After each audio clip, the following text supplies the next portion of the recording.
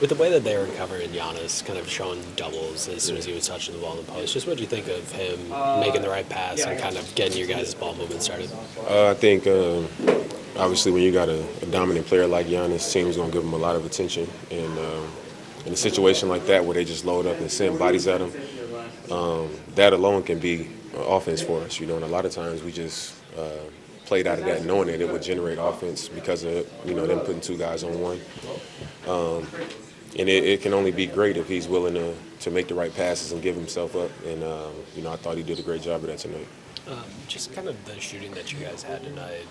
I'm thinking of a play. Gary gets a look, and then he passes up, and it's to AJ, and AJ's one of the best shooters in the league. He passes it up to you. Like, when you guys get the ball moving like that, just how tough do you guys become to defend? I think we're really tough, because we got a lot of guys that can make shots. And when we just continue to make that extra one and we continue to trust each other, not only is it just good for the team morale, but I think the spirit of the team, just the style that we play, I think it just gives us energy, when the next guy is giving himself up for somebody else to get a shot, even though he's a great shooter. So I think that's what winning is about. Those are the types of things that allow teams to build and, work towards the things that we want to work towards. Before the trade deadline, there were 7 games where 6 or more players were in double digits, but ever since then, there have been 5 games already. Can you just speak to the scoring spreading and the new pieces, of course, that attribute to that? I think it's just been our trust is growing. I can tell just from being out there and watching, like, Giannis is enjoying having another forward that's, like, running out and slashing the way Kuz is. He's finding them on cuts. He's throwing the ball ahead to him. And because of Kuz running out sometimes, it's causing the defense to flatten out, and he's throwing it ahead to me. He's diving, he's accepting the double team and making plays. And I just think the trust, like I said before, and how we giving ourselves up and moving the ball is allowing guys to have more opportunities. And it's just creating better balance, as far as scoring. How big has Gary been off the bench for you guys, especially with no Bobby as of late? He's been huge. Obviously, Bobby is our biggest punch off the bench. It's been that way in Milwaukee since before I got here. And with him being out of the lineup, it's really important for us to get good production from our bench. We've had a lot of guys step up, but I think GT's ability to make tough shots, to make threes and open up the floor for us because of his shooting has been huge. And how aggressive he's been and him making shots and making things happen on that end has been good for us. You mentioned Giannis being willing to make the right play if there's 2 on him, but the shooting you have around him, what does that do in terms of letting him do what he does best and get downhill and attack? I think it makes it hard on teams.